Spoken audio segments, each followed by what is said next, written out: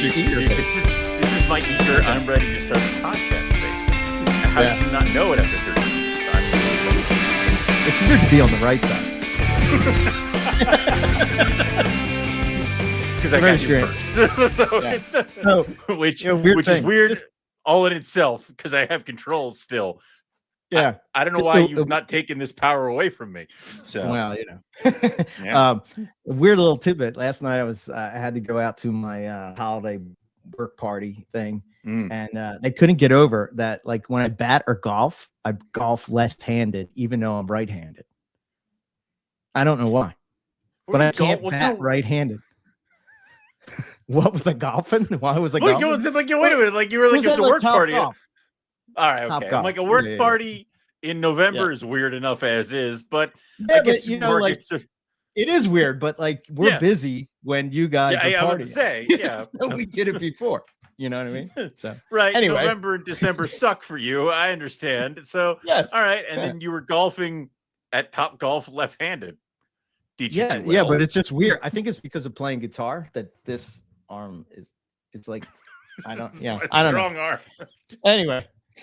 Wow, we really went sideways there. Welcome to episode 576. We're athletic as hell. Yeah. Right.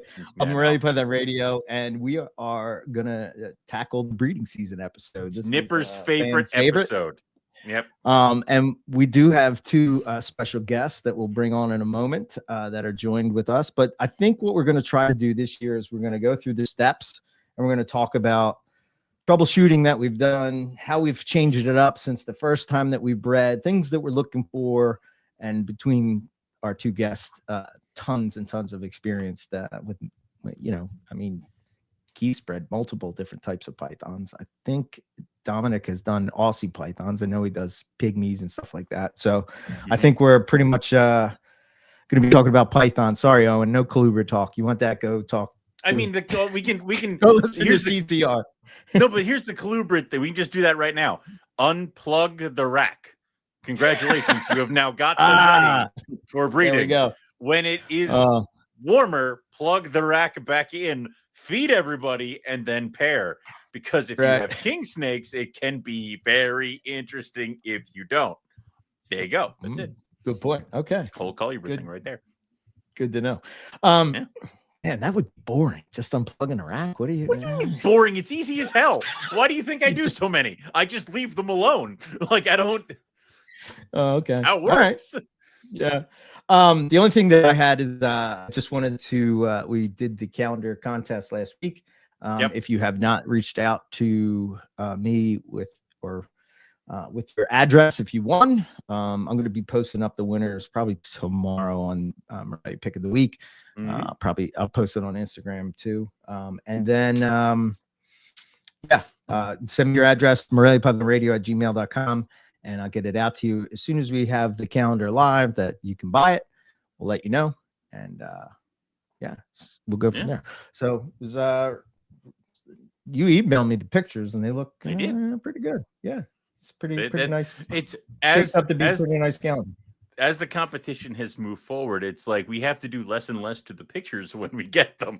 We don't have to track somebody down and be like, we need the highest pixels you could put. Well, they're really good. The other thing is, it's like the phones now. I mean, it's just as good as it used to be back in the 2012 calendar contest. You couldn't use the phone, but it's 2024. You could definitely use your phone. Use the phone. Use the damn phone. The phone's great. So yeah. Did you have anything else that you wanted to? I'm going to be at the Oaks Reptile Show this weekend. I'm not vending, but if you find me, I will give you I don't know, a piece of gold or some sort of candy. Like, you get a prize. So yeah. Okay. Please don't find me. Owen's bringing prizes. Please don't actually find me. No, this isn't going to be out in time. You missed your chance. So oh, damn it. Okay. All right. Well, let's get into breeding. 'Tis the season, and let's do it. So we have Dominic joining us, and already the breeding season show. Yeah. What's up, guys? Welcome to MPR. We're going to talk breeding. Crap. Yeah. I mean, yeah. Hi, guys. Hi, Dom. Hey. Hi, Keith. Hey, guys. Keith, you recovered yet from Australia? Have you recovered? It took a while, but yeah, I'm back in the game finally, I think. It definitely took a long time this time. That was a rough trip, but yeah, back But again. was it because I wasn't there, and that's why it was a rough emotional trip? Yeah. It did take extra long. This time, when it was really bad. I heard that we almost killed Teresa, and I'm like, we can't kill Teresa. She's the only thing keeping me and Keith alive. So it's she actually kept Eric alive this time too. I know. Like, see, we can't. We have to stop everything to risk Teresa. Everybody else is expendable. So yes. All right. Okay. All right. Let's get into it. So we're gonna start at the very beginning, and we're just gonna take topic by topic, and we're gonna go through it. I don't know if we want to go roundtable style. You guys just want to jump in if you got a thought, but basically, I'm thinking preseason, right? When do you start it? What's your thought process with it? Are you slamming the female with food? Are you not? What's your triggers? That's kind of my thought. Preseason. Owen, you go first, and then we'll go Keith. All right. So I think the latest, I usually try to keep an eye on my females that bred the season before, because you want to see that if you're going to try to back-to-back, they need to recover by, I want to say, July. Just kind of be on that path, but then you make the final determination on them usually around August 1st, because you got to kind of see how August progresses with them into September, because they need to be ready to go down again. And if they're not bouncing back as fast as possible, then it's almost better to just scrap it right there. Same thing goes with your, this is their first year females. Males can sometimes be a game time decision because it's really not going to hurt them. Girls are the ones you need to know what you're going to do, how you're going to proceed, and how you're going to move forward. So I say August is the deadline for them. August comes around, it's usually when I start feeding more often. So normally I'm on every 2 weeks, maybe every 3 weeks for females. My adults, males definitely. But I'll try to slide in a couple of other like intermittent feedings in between, where I kind of just sporadically chuck rodents at them. And then also I might even increase the size for like the month of August, so that I can make sure they get a lot of weight on them and see how, they progress. So that's usually the buildup there, is the summer months. And then you make the call whether they're going to progress forward. I would say that it's not like it's a small rat feeder and I feed it a large rat. It's usually they're a medium rat feeder, and then I give them a couple of larges, or sometimes I get medium rats that are on the smaller side and medium rats that are on the larger side, and you just kind of go that way. So that's what I do with them. So that's the build up. And when do you start that? August is when the feeding, like I increase the food August, September. So usually eating more August and September. And then October is when it kind of goes back down a little bit. And then they stop feeding on Halloween. Okay. And right now we're in the point where I've set all of the temperatures, and I have all the clocks correctly, and I have all the ramping is all set, everything's ready, and then I'll slowly go in there as we kind of get into December and make it so that the night drop goes further and further and further. So, okay. Yeah. What about you, Keith? So for talking about feeding alone in preparation at this point, if it's an animal that's going to be its first season breeding, those are easy to me, because those animals haven't expended any energy yet to produce follicles or eggs or anything. So the first season, they're usually in condition, just from normal maintenance of growing them up, and they haven't had any breeding cycles.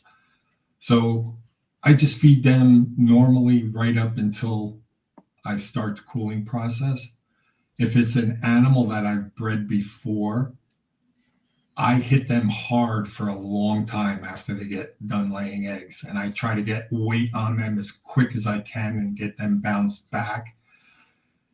Quickly can be a year, though.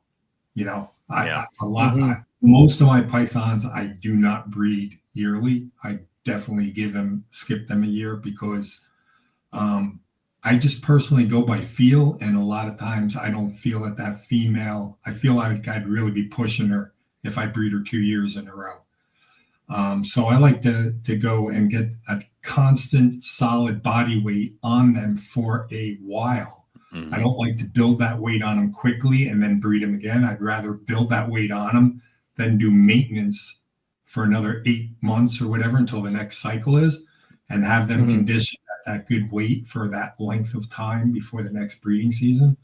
And then like Owen does, I continue feeding right up until I start cooling, but my meals actually get smaller because the female actually has the weight on her already that I wanted on her. Mm-hmm. And then I'll back off with just maintenance meals. And then I'll hit them again after the breeding season with big meals to instigate ovulation and all that kind of stuff. Like, springtime, it's plentiful and all that kind of stuff. But generally that's what I do. I go by feel big time on the animals. I don't really go by, trying to crank them out every year, let's say.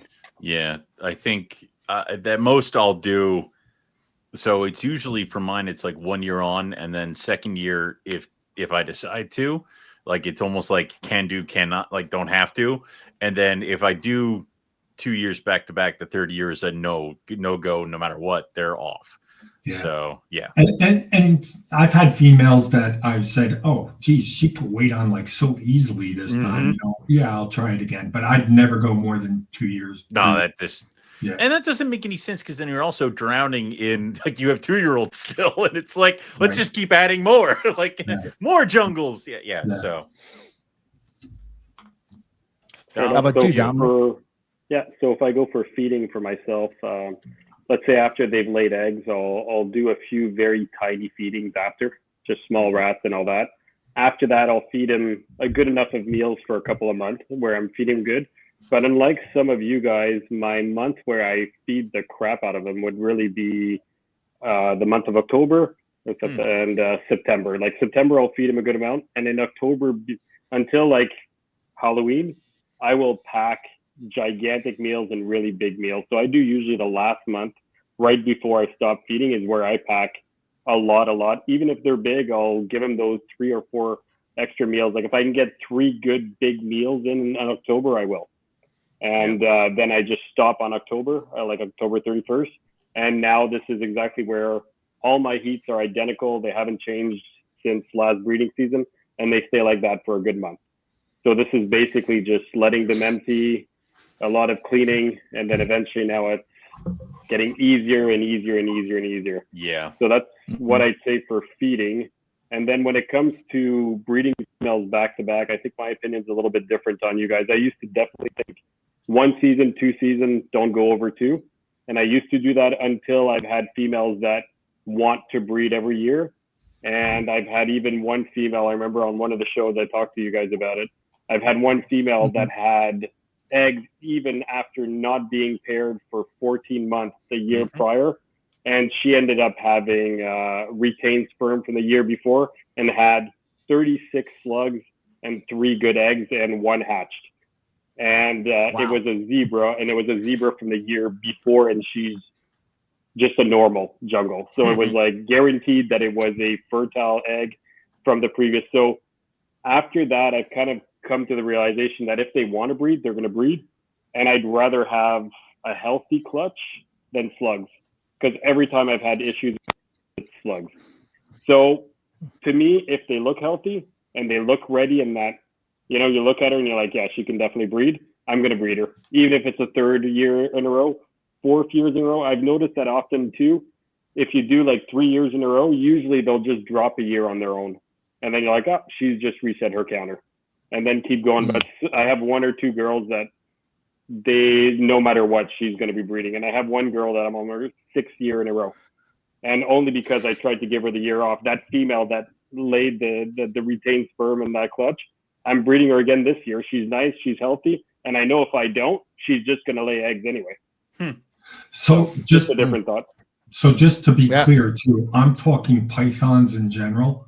And Yeah, I I'm think talking python. there's a big difference in species to species. For instance, Tracy Bark and myself were the first ones to breed Borneos in captivity when they were newly rediscovered. And we found out very quickly that breeding Borneos 3 years in a row, and the female would just die on you. They would just roll. Really? So I'm talking generalized in pythons more than specifically with carpets. I could see where Dominic's method with carpet pythons would be very efficient for sure. But my input just then was in pythons in general. In general. No, fair enough. And yeah. definitely that opinion is definitely oriented around carpets. Right.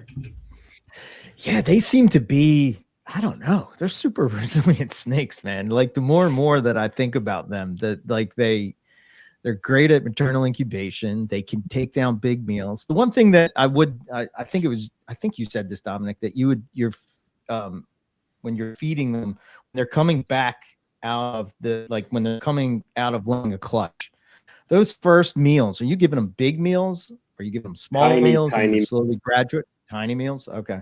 Tiny, like right. Let's say they're eating an adult rat, I'd give them the equivalent of a hopper. Okay. And then I'd wait a week or two, and then I'd give them maybe a medium rat, and then after that, whatever they were eating, whatever they can take. So I always do, and my thought is mainly because of the shrunken stomach, shrunken everything, right? So the idea is to just slowly kickstart them back into the feeding mode, because I imagine that's all been shut down for months. Like you're talking about 4, 5, 6 months of not eating, right? Right. Yeah. Right. Okay. Because none of us here are feeding while the female is going through the ovulation and all that, right? No. Once she's laid the clutch. Okay. Yeah. So when they come up, I usually tend to give them small meals and stuff like that. And then while I do no, I'm talking about after ovulation. Yeah. I mean, I've had females eat all the way up to when they lay the eggs. Okay. I mean, I'll once it's warmed up, I'll offer, and either they won't or they will. And I have one. It's the psychotic tiger female that I got from you. Okay. She ate, and then the next day laid eggs. Okay. And the other question I had, you guys feel free. I forget which one of you guys said this, but it was something about like,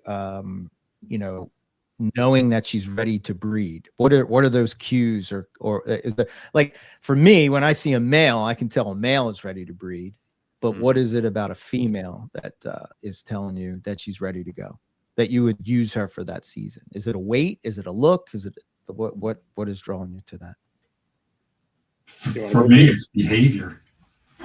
Yeah. If you really know your animal, I always laugh when people are like, I don't laugh, but I'm saying in my head, I laugh to myself when people are asking, like, oh, do I do this, and I put the animals together, to me, it's like, if you know your animals, like I can walk into that room and you're looking at your animals every day, like you see different behavior with your males and your females, and it clicks in your head. If you have that experience, this is time to put them together. They're ready. They're both ready. It's just a different behavior to the animal all the way around. Boas is a little easier. A lot of the boas go through different stuff than the pythons, but I go by behavior. I go through my rhythm of the room. I stick to whatever I've been doing, cycling the animals and all that, but I don't add them together. Like, I don't say December 24th is when I'm going to start pairing animals every year. I wait until the animals are showing me the signs that they're ready to breed, and I put them together. Yeah. Okay. Yeah, I think of like for me, I think things that I may have noticed. Sometimes the female will go to the cooler side, and then once she starts to ovulate, she's on the warmer side. Those are little things. I see it more like one of the telltale things that I see is like when a carpet's about to lay eggs, they get in like this weird pretzel twisted, like, I don't know. It's just, and they don't stay that way for a long time. It's just like maybe a day, and it's like a day or two later they're laying eggs. Have you seen that in any other species of python, Keith? Oh yeah, absolutely. Blood pythons, I used to call it rocking and rolling. because you'd hear all this banging in the cage, and you'd look in there, and you would think this snake had like IBD or something, like it's twisted and contorted and banging on the side of the cage, and they're just moving everything around, you know. But females, like I don't know, most of the pythons, for me, I think they tend to start coiling differently, laying differently in the cage. You know, they might be tighter instead of being more spread out and laid. You know, I don't know. Right. I just see behaviors that aren't what's happening for the other 10 months of the year or whatever. And Right. It just tells me this is time to put the animals. And like you say, the males are easy. They're cruising, they're pressing, they're, Right. you know, they know that female's ready. And a lot of times the males will tell me that the female's ready, because all of a sudden they're just getting active. So you know that female's putting up some pheromones, or getting, you know, that out in the air or whatever, and the male's sensing that, and you know it's time to put together.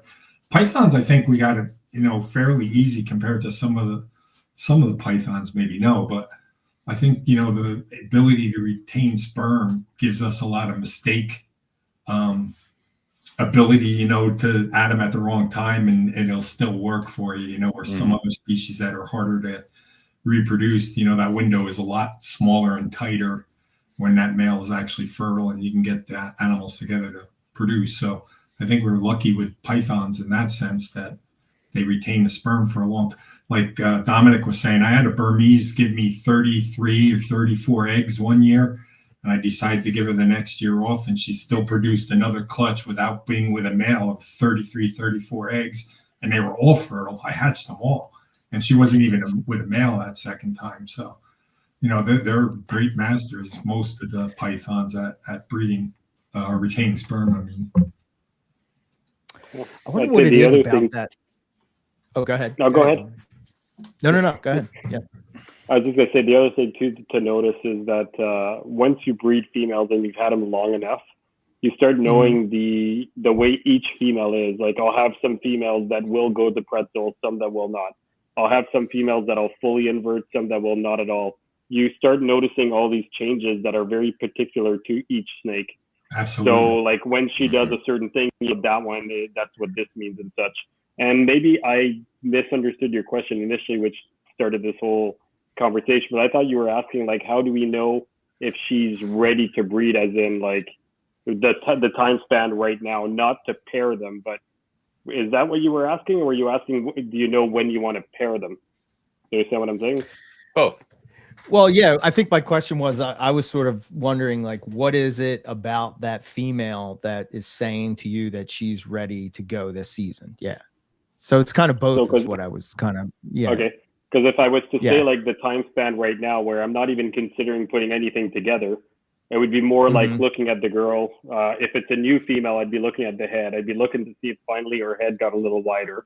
Also the amount of years that she has, and then her size, right? I don't like obese snakes, but I like my girl just a tiny bit, where you can start seeing that they're a little plumpy, is the best way that I can put it. Because I know once they lay their eggs, they're going to be, you know, she loses maybe not 50% of her weight, but pretty damn close sometimes. So, like, if we're looking at before, then looking at when to pair, then everything they've said is pretty accurate and probably similar for me. Gotcha. Okay. All right. Yeah, I wonder. So that thing you said about the individual females, you know, doing different behaviors, and you can sort of tell from one to the other. Have you noticed that with any of the subspecies have different types of behaviors in your experience? Of carpets, we're talking carpets at this point. Of carpets,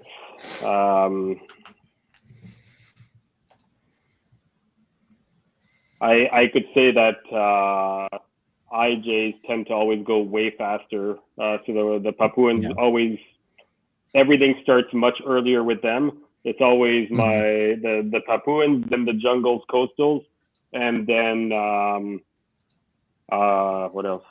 I don't know. Kind of that order. Like, I tend to always have certain species that go in order, just like they always go on the same freaking day or within a day or two.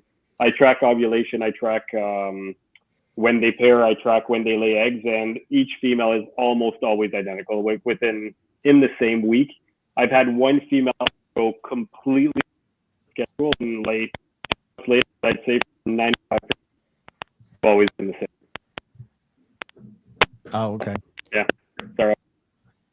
I have a question for Dominic because I don't keep that many different species of carpets. Do your carpets all tend to cycle the different species at the same time, or are you saying that the different species go at different times? So no, I definitely everything. Hold on one second, Dominic. Hold on one sec. We have some kind of static. Yeah, you're clicking in and out. Carpets. Do you find like the jungles and the Papuan like will cycle at the same time, or are they cycling at different times of the year? So I think I was answering in a way that I'll start them off all the same exact cycle, and I'll do the same cooling with temperatures and such, and I'll usually start pairing I'll start pairing the Papuans, the jungles, the coastals, the Darwins at the same time. But the inlands or diamonds or Bredleys, but I don't have any. Those I would pair definitely much, much later. So those I'd probably be pairing a month and a half, maybe even a little bit more. It all depends on how low I got to get my temperatures and how long it takes me to bring them back up. So their cycle just takes an extra month and a half, 2 months to get to the point where I start pairing. And are you doing that for the female or the male's benefit, or both? I do it for both. Yeah. I think it has the advantage on both sides. To be honest, I've done it always for both, and it works really well. And it seems to be like once you have it really set properly, it's really easy, right? Like I find like they're so scheduled is the best way I can put it. Just like all my babies, something we could talk about too is like all my babies that are not from this year's breeding go through the exact same cycle. So my 1-year-olds, 2-year-olds, and 3-year-olds, even the ones like all those will stop feeding at the end of October. They'll all go a month without eating. They'll all go down the cooling period. None of them will eat until, I don't know, March, April, and such. I do it for all of them. One, because it's a lot easier for me.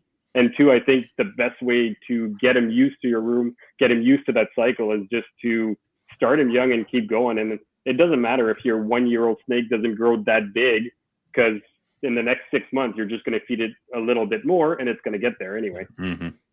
I don't know. I know a lot of people, and maybe you guys do that or not. Maybe we can see. Will only start cycling at 2 or 3 years old, and some people will, like I do it right away after, as soon as, except for the 8-month-old babies. Right now, they all cycle after. I'm with you. I do it all at all of them. It's the same exact way. I do. Yeah. Same exact thing. I've started to now. That it used to hold off until they were 2 or 3 years old. Now I've started to do it for everything that is probably about a year old. And part of that's because certain things that I'm raising up, I want to be ready to go and be in the cycling because they're a little bit harder species, white lips, Timors, things like that. So I want them to not have their first time with the winter. Because I know with a lot of species, we say that you don't change things and you'll get them to breed. Well, having them go down for their first winter at 4 or 5 years old is a pretty big change. So I think doing that at 1 and then kind of letting them grow into it is the best way to do that. Yeah, I always I mean, Keith, maybe you could attest to this. I feel like that the concept of feeding and hammering them with food when they're born is a python thing that happened from ball pythons, simply because they're trying to get them, especially like say males, like they're breeding small males. And I think that the show circuit back in the day had something to do with that too, meaning that if you're going to go to August Tinley, or not Tinley, Daytona, or used to be called what was it called? Also called? Yeah, there you go. That you wanted babies to sell, right? So you would want them to be established and ready to go. It really started with Burmese pythons, even before that was before the ball python craze, because you could get a Burm up to 10 feet in 18 months, and everybody would, the craze for them with the albinos that Tom brought in and all this kind of stuff. And Bob Clark started getting stuff, so everybody was pounding the hell out of their berms to get them up to size really quick. And you had 2.5-year, 3-year-old animal that was 14 feet long already and ready to go. Right. And a lot of people, just carried that trait, like you're saying. I cycle everything. That's what Mother Nature does. So why would we not do it in captivity? The babies aren't magically in a different climate than the adults in nature. So yeah, right. I keep everything. I guess my only thought to push back on that, right? That the battle that I have in my head with that is that in nature, are they finding micro habitats to where they can be more? So like, for instance, let's say with carpets, right? They're going and they're hiding in the cracks and crevices of a rock outface or something, or into a tree or something like that. And in there, they might run across skinks and stuff like that they may be, able to take down. But how are they going to digest that meal is kind of my thing.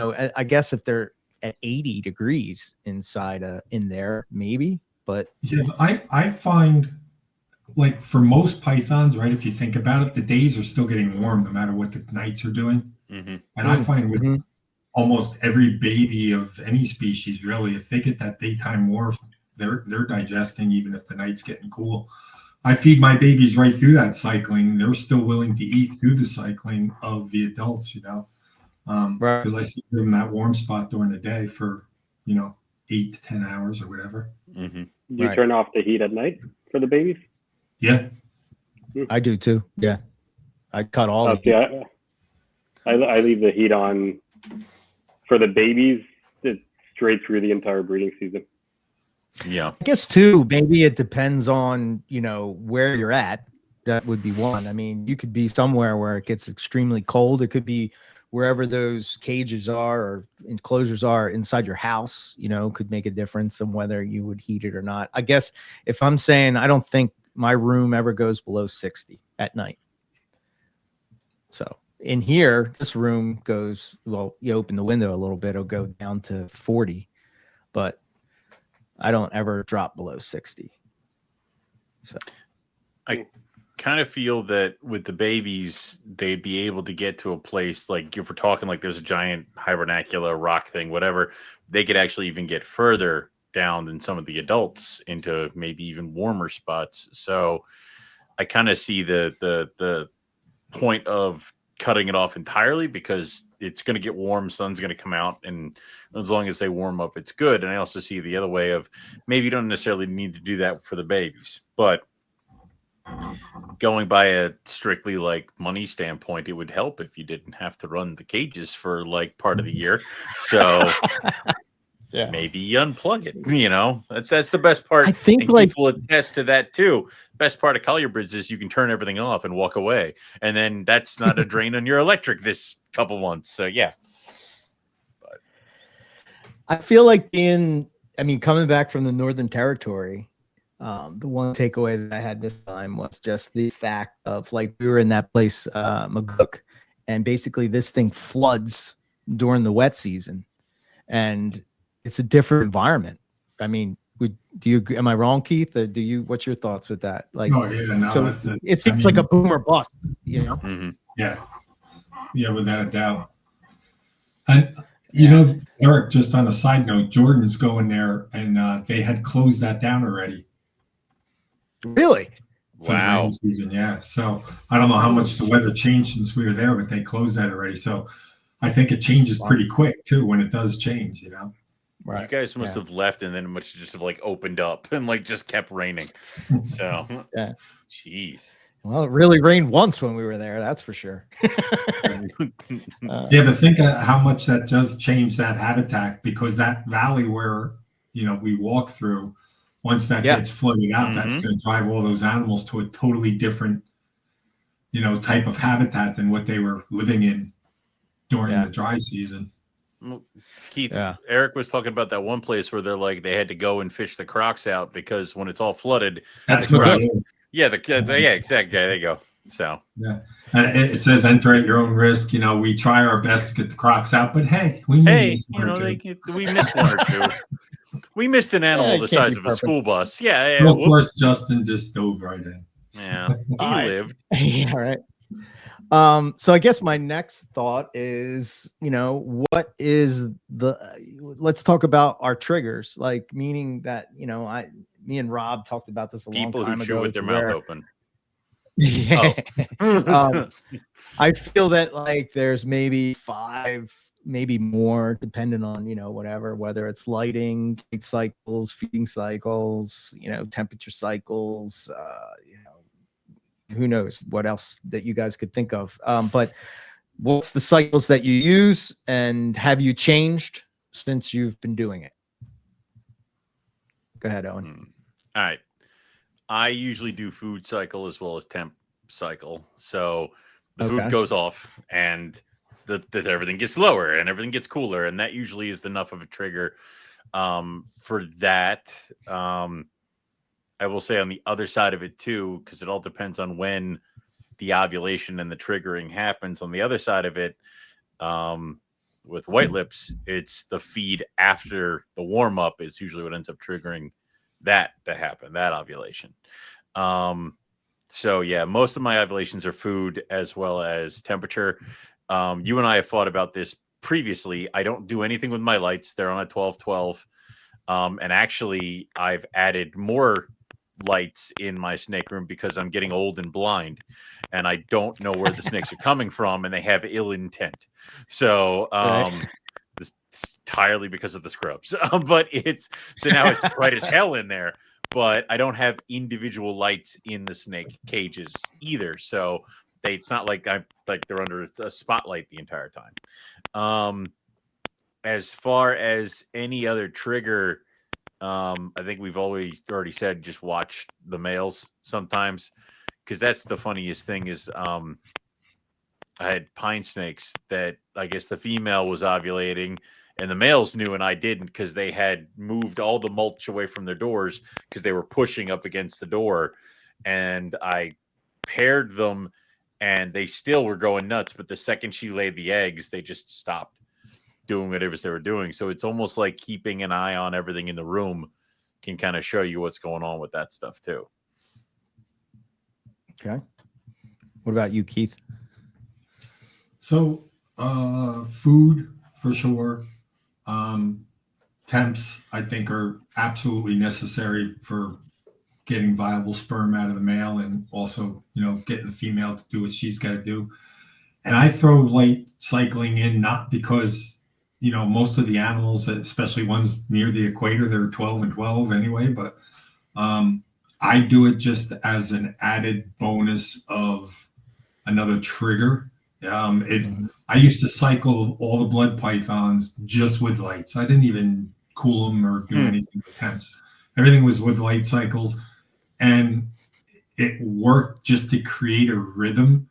And sure enough, soon as I turned the lights back on to where I was giving them like 15 hours of light a day, that's when all the females always ovulated.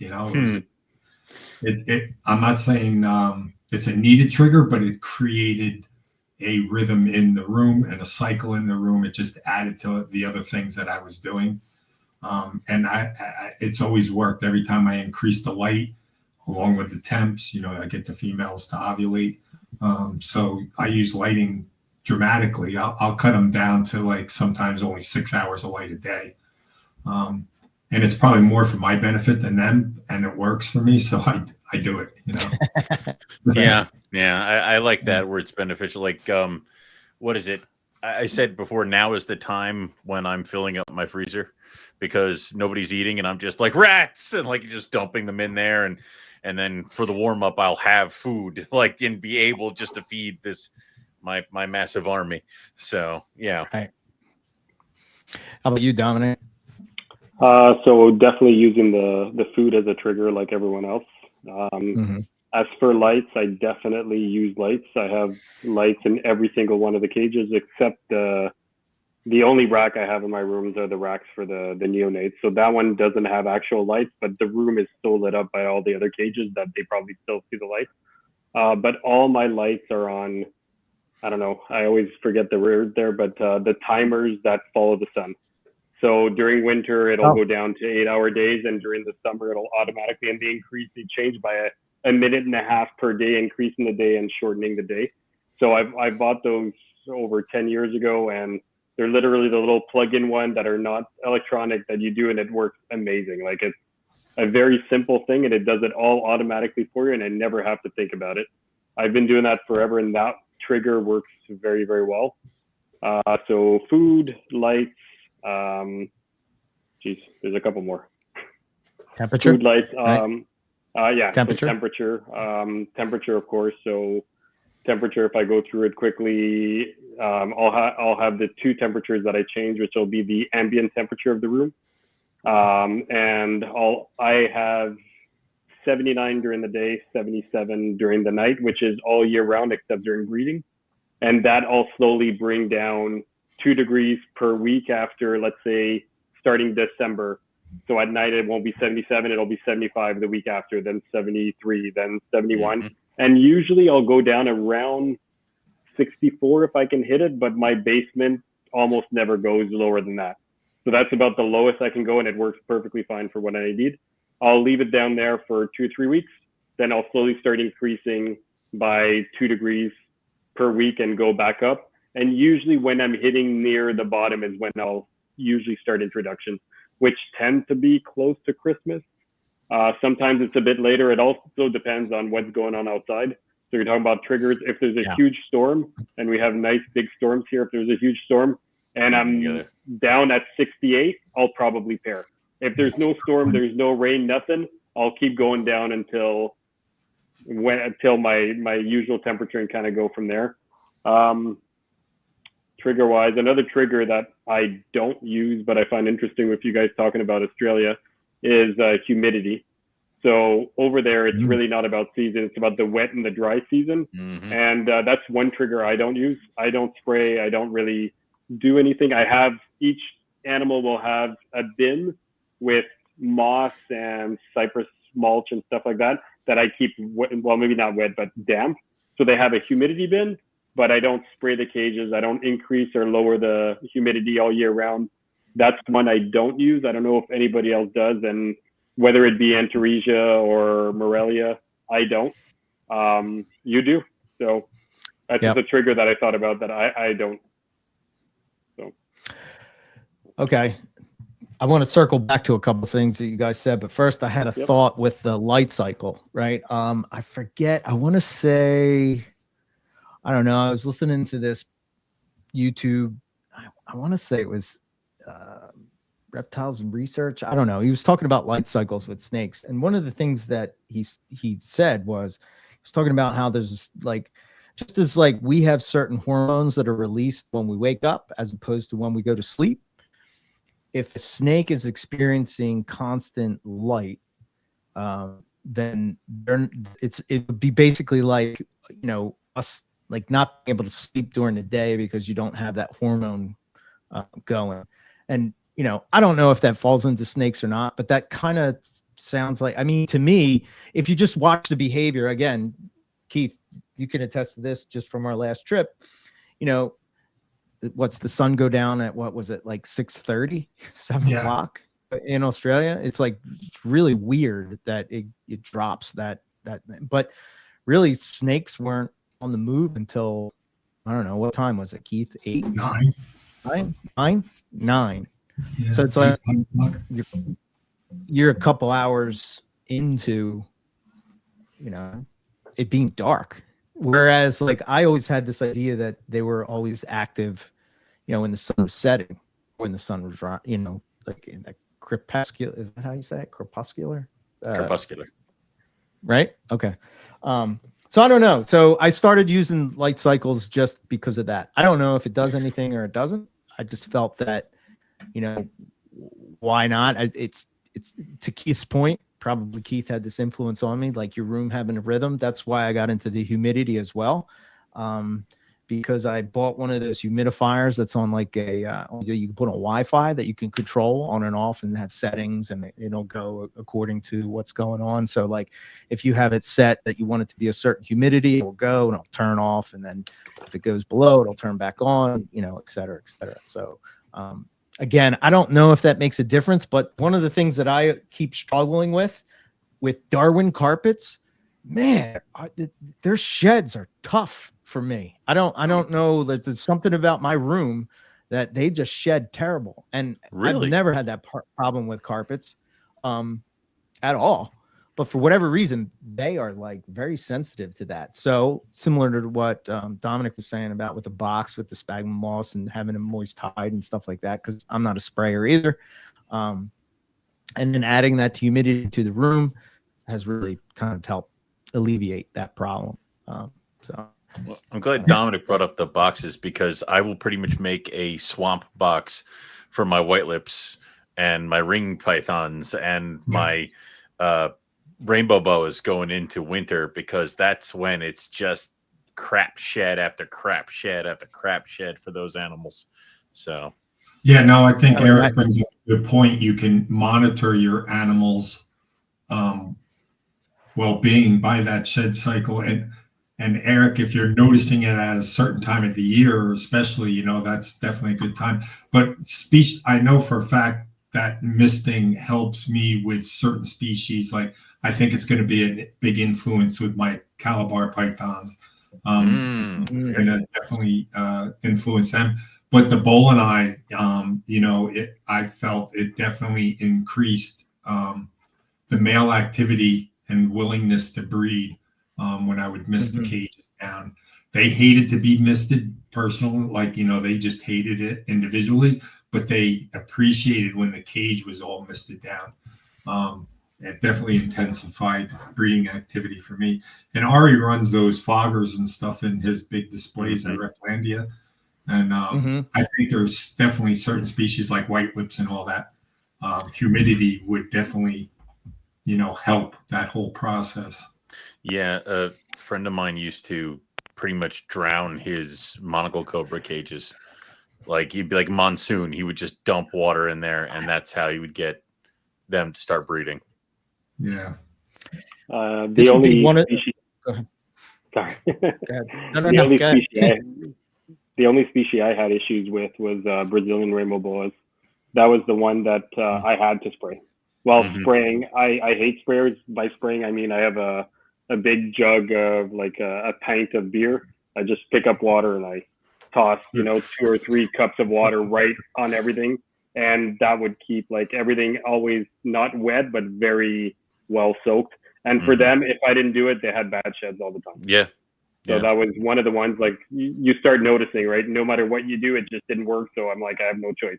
And I would continuously douse the cage with water. Yep. It's weird because the white lips have like big litter bins of water, and you still have to spray down their cage. And the thing is that when I got the clutch, she laid underneath the box in the dry mulch. Like, she made a divot, put herself there. I'm like, I made you a beautiful box of damp sphagnum moss for you to put these in, and you buried them underneath the dry mulch. Thank you. So it's one of those things. It's a possibility. Nice. Are your issues more in winter than summer for dry shed? What, shedding? Yeah. Winter mostly. For me? Yeah. Yeah, winter. Yep. I do have the issue of the dry heat. I do have that issue, it's that we have that. I was going to say, we're all in cold climates somewhat, right? So we're all battling the furnace going on all the time. So for carpets, our most Antaresia and Morelia can tolerate it really well. But certain species, you just have no choice. It's and again, Keith, we just experienced this. It was 110 degrees and it was 79% humidity in the daytime. So like, I think my trips to Australia have sort of made me rethink the humidity idea, that it's not needed. Or I shouldn't say it's not needed, because obviously you breed without humidity, people do it. But I would be curious. I think it's like that temperature thing, though. I think that like people that say like, I don't do nothing, they don't realize that their humidity might be going up and down in the room, or just like the temperature is going up and down in the room based on whatever's going on. Or maybe they live in a very humid climate to begin with, or maybe they don't have the cold like we do here in the Northeast. But I just feel that there has to be something to it. The humidity is ungodly. it's like really humid, but it's really hot, and it's I don't know. So anyway, that's why I sort of changed that, and my thoughts sort of evolved with humidity. But I will say though, still carpets really, I mean, you don't have to have it. So it's not like I'm sitting here banging the drum. You have to have it in order to have sheds, because as we can all attest, without it, we still had carpets do just fine with whatever the normal ambient humidity is in your home. At least I have. Yeah. I was going to say, I've been to Australia too once, and when I was in Darwin, it was insane. Like the humidity was ridiculous, Yeah, but right? there's no physical way that I could even think of creating that ridiculously hot temperature with the humidity at that high. And all I'm thinking is the animals don't really, in my opinion, I don't think they need it, because when you go out in that temperature, nothing's out, right? Right. So Lizards. everything is hiding. Well, so Yeah. How many pythons do you see when it's 33 degrees outside? Sorry, whatever that is in Fahrenheit, and 100% humidity, right? You don't see any during the day, and there's a reason. So I feel like it would be cool to replicate that in the cage, but I don't think we need it. Or maybe certain species do, but for me, I don't think I would ever want to replicate that in my cages. So my outside the box thinking, yeah, I agree with you 1,000% that it's not needed, but I also wonder, like, so the animals don't need that heat, but what does it do for the animal because it's avoiding that heat? You know what I'm saying? Mm-hmm, so it's going into a spot, it's shutting down, it's doing a thing that when we're giving them ideal temperatures all day long where they can be active, that's different than what Mother Nature has given them, where Mother Nature is forcing them to curl up in a cool spot for the day. And in captivity, we're giving them ideal conditions during the day instead of forcing them in extremeness to kind of, get away from it. Obviously, it's not needed. Everybody's breeding carpet pythons in captivity and all that kind of stuff. But there has to be an effect of that extreme heat on those animals every day that could be beneficial because they're avoiding it. Mm-hmm. Yeah, I think it probably would be. Go ahead, Eric. I keep cutting you off. No. Go ahead, man. You're the guest. I think we might have like a 1 or 2 second delay that we keep talking over each other. So the only thing I was going to say is if I had a 10-foot cage for each snake, I could see doing that, right? And it probably would be to your advantage. It would be, they'd be able to choose their environment. It'd be something else for them to do and all that. I just, unless you're a zoo setting and you're giving those kind of size of cages, I don't see how I would do that.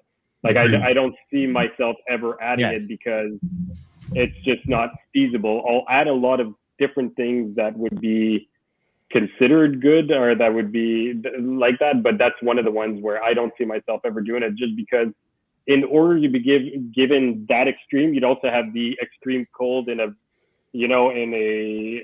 hole down there that would be down to 50 as well, or even 40s, right? So that you could give the animal the full both extremes. And I'm sure the animal would be fine as long as it's safe and not stressed out. Because if it's stressed out, even if it says 40, it's going to choose to go hide. You know what I mean? But a healthy animal that is unstressed, I could see it as a really good thing. I think, Keith, let me just unpack your idea for a second, because I think that maybe just make sure that I have it right. Because so let's say it's 110, 33 degrees. Or Celsius, whatever. It's really hot. So that animal is going down into an area where it's maybe, I don't know, let's say it's 10 degrees cooler. But it's still warmer than they would have been normally. So like, I think the way I used to think would be, okay, so I have to give it 110 hotspot so that they have access to that. But I think like, Keith, what your thought is like, okay, it's 110 out, but they're doing something different. So then that makes me think like, just like everything in Mother Nature has cycles. Is that a cycle for them to sort of take a rest, to take a break because it's so hot? So because they're going to sort of save calories per se when they're coming up into, when they're going to go into breeding to where they're going to be slamming food. Do they need that cycle of sort of emptying things out before they do it? Is that Yeah. sort of what you're getting at?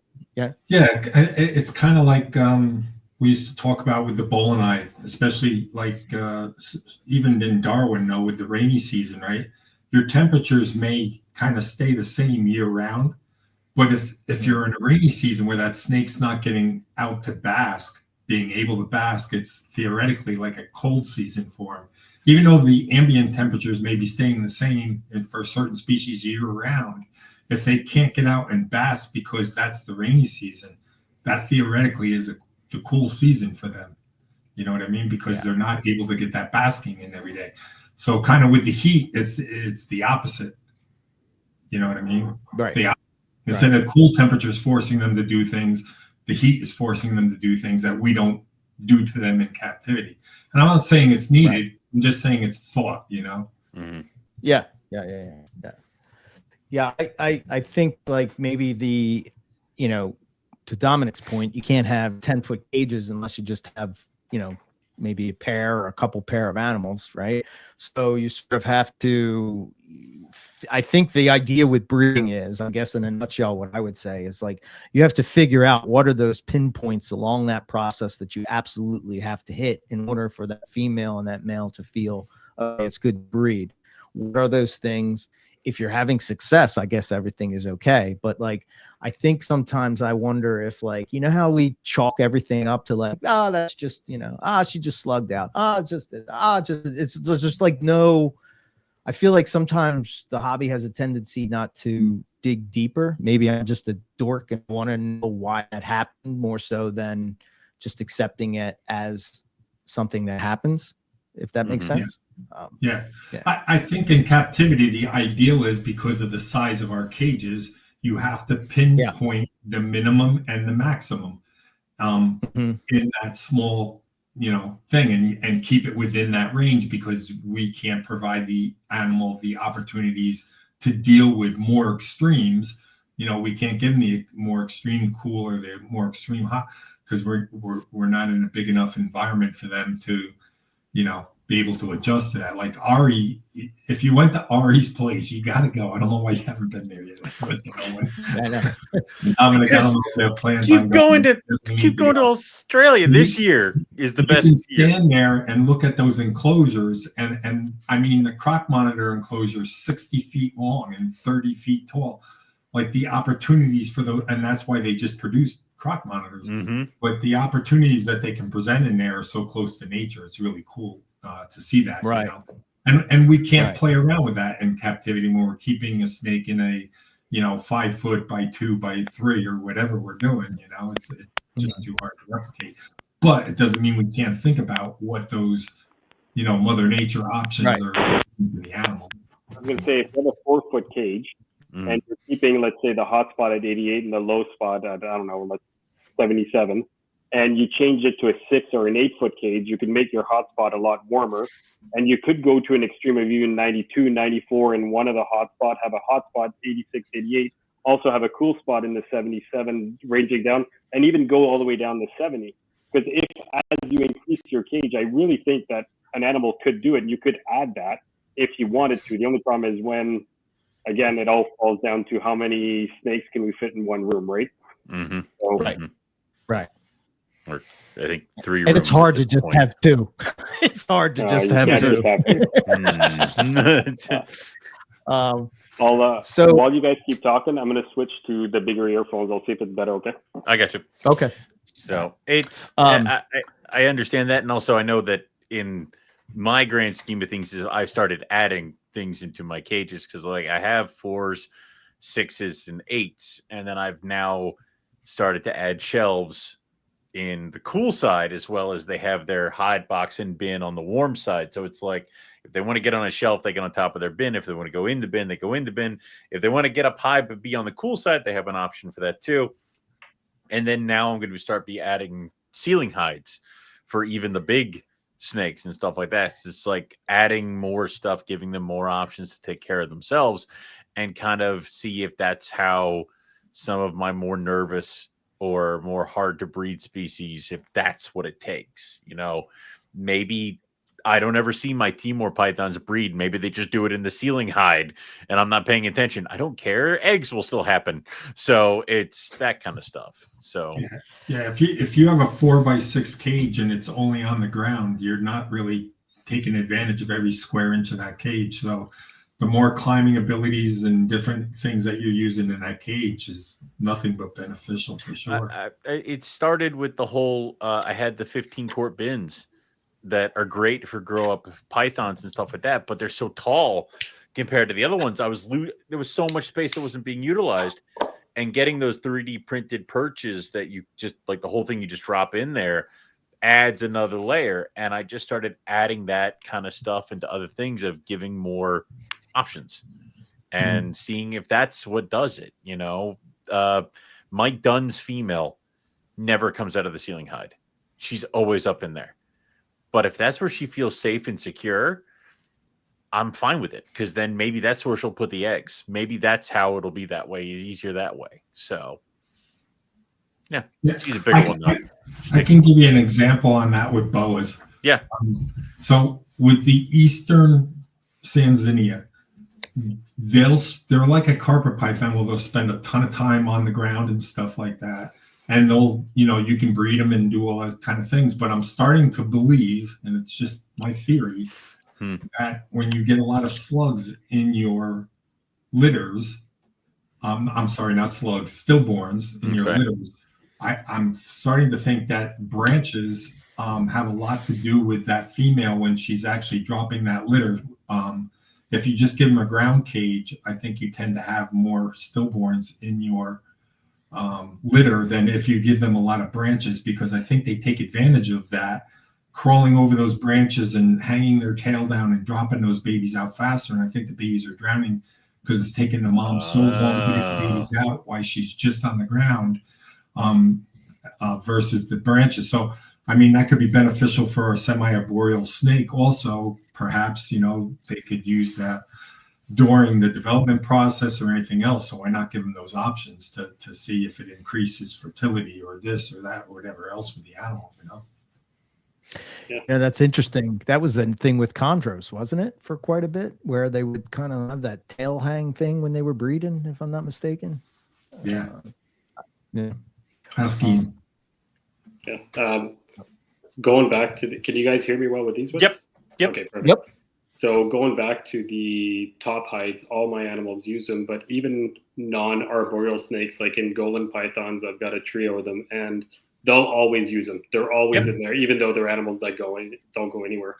And going back to your branches, something that I've changed over the years is I used to always have, like most of my cages are there's a humidity hide, there's a litter pan for a large water, there's a gigantic cement bin that's probably about 3 feet just to be able to use inside and under as a hide.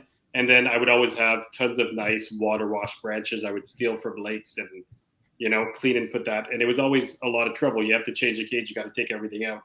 I started doing something where all my branches are always 6 inches from the ground, all fastened from one cage to the other, like from one wall to another and such. So that now whenever I clean my cages, everything slides under those branches and slides out. And it's made my life about 1,000 times easier. I can clean my room so much faster. Like it sounds dumb, but I've only changed that maybe about 4 years ago, and it saves me about an hour easily of cleaning a day when I do it. But that's a plus. It's a huge plus on that kind of stuff. It's so silly. Like it's literally just cutting the branches and tying them through the PVC and tying them, and that everything that goes under just slides under. You never need to move the branches. But there's a negative. When the snake doesn't want to come out and wraps around it, you're screwed. You got to give it time and wait for him to come out. So there is that. Right. Yeah, I have not put branches in my scrub cages for that exact purpose, because they have shelves and I can easily remove them. But also, we've talked about this before too, of the proponent of unscrewing the caps that I have for the big PVC pipe that goes through my 6-foot cages, and now it's a 12-foot cage where there's waters on both ends, there's heat on both ends, there's all that stuff, and the snakes will sometimes spend their day in this cage, that cage, they'll separate, they'll do all that stuff, and it's not the I feel better about that, especially with my bigger animals, because then it's not like the big female olive python has muscled the male away from the heat. They both have heat if they need it, kind of stuff. So, do you find the pipes work well for you? which one? Yeah. The pipes? Oh, yeah. Yeah. I've tried it. I've tied, all my cages are tied with pipes. Like each cage either connects to the left or up or down. And I've tried it for a couple of years. I'll be honest, I don't use them anymore. Really? I find that having two, like let's say you tie 2 4-foot cages, you have 8 foot of cages. They're not breeding as often as if I put them both in one cage and don't give them access to the second one. So if they're in one cage, I tend to have a lot more breeding action than if they're in an 8-foot cage. And I love the idea of having 8 foot, especially when you put a trio, a male and 2 females. I'd rather have them have more room. But I've noticed that the years that I've used the pipes, I've noted a lot less copulation, and I haven't had as better success. And that's something that it's still in my cages, and I'll be honest, I never open them anymore. I moved the animals from the males to the female cages now. So just yeah, I wonder if, well, I guess if you had that open to allow that male to come in, but and you're leaving it because you want the space in the cage. Because I was saying you could close it then at that point, because then that male is finding that female. I leave it open. You can close it off. Yeah, I mean, I leave it open. open. Do you notice a difference? Do you notice a difference with copulation? I've had success with it. I've had breedings. I've had eggs. Sure. And it's also usually I'll be feeding throughout the warm up, so I do separate them and close off the bridge and then feed them and then give them maybe a day and then reopen it. So, but I've gotten eggs. So, I mean, it works. That's good. It works. Like, I mean, yeah, it's sitting there being like, well, how do you know it works? Well, there's like 14 olive python babies. So something happened. I guess. So, yeah. I guess this would be one of those examples where it's like, to Keith's point at the very beginning, reading those snakes is like where it comes into play, right? Because if you're noticing that you're getting less, Dominic, then you've adjusted that. Owen, you don't see a difference, so you're not adjusting that. Why so change it's not like one way is right and one way is wrong. It's just that with your conditions, you're noticing this and you're adjusting to it, and Owen is not seeing that. And I think that's what sometimes people get caught up in, and I guess this is why we do this breeding episode, is that they think that it's like baking a cake. It's like, Nope. October, November, December, you do all these things and then you get eggs. And, I think, I don't know, you can be successful that way, but I guess consistently successful is the key. And I think, people listening to your show keep multiple species. So that's why I keep throwing in multiple species. But to Dominic's point, I could definitely see for blood pythons, not having that pipe connection is much better for, they're lazy snakes. You know what I mean? Like the males really in blood pythons don't really go nuts searching for that female. Like, I think because the blood python females, they retain sperm for so damn long and everything that they're almost opportunistic. When they come across the female, they do breed it. So I see the small cage definitely working better for a species like blood pythons. But now when the bull and I wasn't successful, rub it in my face. But the bull and I, multiple males, and you saw my cages. I had this set up with the tubes, and they could go into another room, into cooler hides and all that kind of stuff. For the bull and I see that as an advantage, especially because the males were so combative. If you wanted to use multiple males on a female, the subordinate male had an opportunity to get away and all that kind. So for certain species, I do see where the pluses and minuses definitely could work both ways. Sure. Yeah. We talked about temperatures, and I think Dominic, myself, and Owen will all sort of follow the slow, gradual bring down and cool up. With you, Keith, you do ambient room temp. So I'm curious, are you just shutting it off at night and then the temp is what it is? Yeah. So I do that. I was going to say that during the light part too. I do that with my lights. I don't do any kind of a gradual thing. It goes from 15, 16 hours of daylight a day down to, like I say, sometimes 6 hours, 8 hours, whatever I feel like. And it's just, I do it one day and the same when I turn it back on. and I do have windows in my rooms, you know, the little basement windows. So the animals do kind of key into that cycling, the natural cycling. I found with birds, especially when I was breeding all different kinds of birds, they would key into that, the lighting. And, you know, birds especially are very key on being spring breeders, you know. So I found that with the reptiles, they're still keying in on natural light, even over your daylight. Because years where I didn't concentrate on the lighting of that, the outside lighting itself is what stimulated the blood pythons were very good at using just light cycling. So the natural light, I saw doing that. But yeah, ambient temperature. I mean, I've those gelatins that I bred this year, Eric, I didn't even give them any kind of extra heat. They were just ambient all the way through. Gravid females, everything, just ambient heat. Right. And a lot of the pythons that I breed and boas, I do just strictly with ambient, without any extra hot spots or anything like that. I don't know why it works. Right? What's that? Right? Even the blackheads, the womas, right? You give them just ambient heat. Yeah. Womas.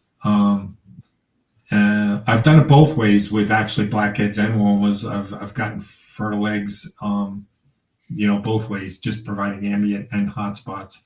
I think it's more important with boas. I don't know why, but for me personally, I've found, you know, providing a hot spot for the female boas, and some of the boas, it's overhead heat seems to work better, and other boas I find belly heat works better. But yeah, my ambient, I just one day just turn it to go down to. Generally, like when I was doing Bolani, I would get them, try to get the rooms really cool. But for everything else, typically I don't go below 69 to 70 degrees at night. Okay. I think the Barkers did a study. I mean, they've kept every species, and they did a study, and I forget. They said males will produce viable sperm. I think the temperature was like warmer than you would think. I think it was 74 degrees or something like that. And any male python that they've tested, which is like everything, you know, produce viable sperm at 74 degrees. I think it's pretty neat when you look at the polar opposite ways that certain people will do it. Like the ambient is probably the most opposite way of the way I breed. And I've always wanted to do it because to me, it's like, well, you only have a space heater for your room and that's about it, right? So you're saving on tons of thermostats, you're saving on all these heat pads, you're saving on all this thing. But in my opinion, I've been doing it for so long a certain way that it's the way I know how to do it. And I feel like every animal I've raised up for the past 5 years knows only this. So I feel like it would hurt me, but I love hearing it because I'd love to try it one day because it seems so much easier and so much more efficient. Yeah. I don't know why it works so well for me. I mean, from emeralds, all these different animals, it's just worked for me. And I've tried guiding others even to do it the same way I'm doing it. It just, like Matt, you know, Matt with the blood pythons, he still provides heat for his gravid females. And I've never, especially with blood pythons, ever provided additional heat for blood pythons. And, you know, I produce thousands of those things. So I don't know why it works for me. It just does. Sometimes it's not the guitar, it's the player. You know what I mean? Well, you know, it's weird because as we're doing this, I'm reading through because there is a document that breaks down how I do temps for every species and stuff like that. And reading through it, it's like Carbonneau document. Is it it was that was maybe the foundation, but I have made it my own. Okay. But like the beauty snake, I did not do that last year. I didn't do any of this fucking shit last year, and I got eggs. So my laid plan I didn't do, and I was successful. But I had done my laid out plan for the last several years and didn't get anything. So sometimes the best laid plans need to get chucked out the window too, is what it comes down to it. But yeah, I was, because my white lip stuff's on here too, and I was shocked that because I forgot I raised the daytime temps as I dropped the nighttime temps too. How about the types of temperature you guys use? Are you guys all belly heats, radiant heat panels? Radiant heat panels in the cages, either belly heat or back heat in the racks. and then like bulbs and the ceramic heaters for some of the colubrid stuff. So I'm all over the place. See, for me, it depends on the species. Like rough scales, for some reason in my head, it was always like they're similar to green trees. I'm going to do radiant heat panels, and they're doing amazing. I've never bred them though. They're up to size this year, so we'll see.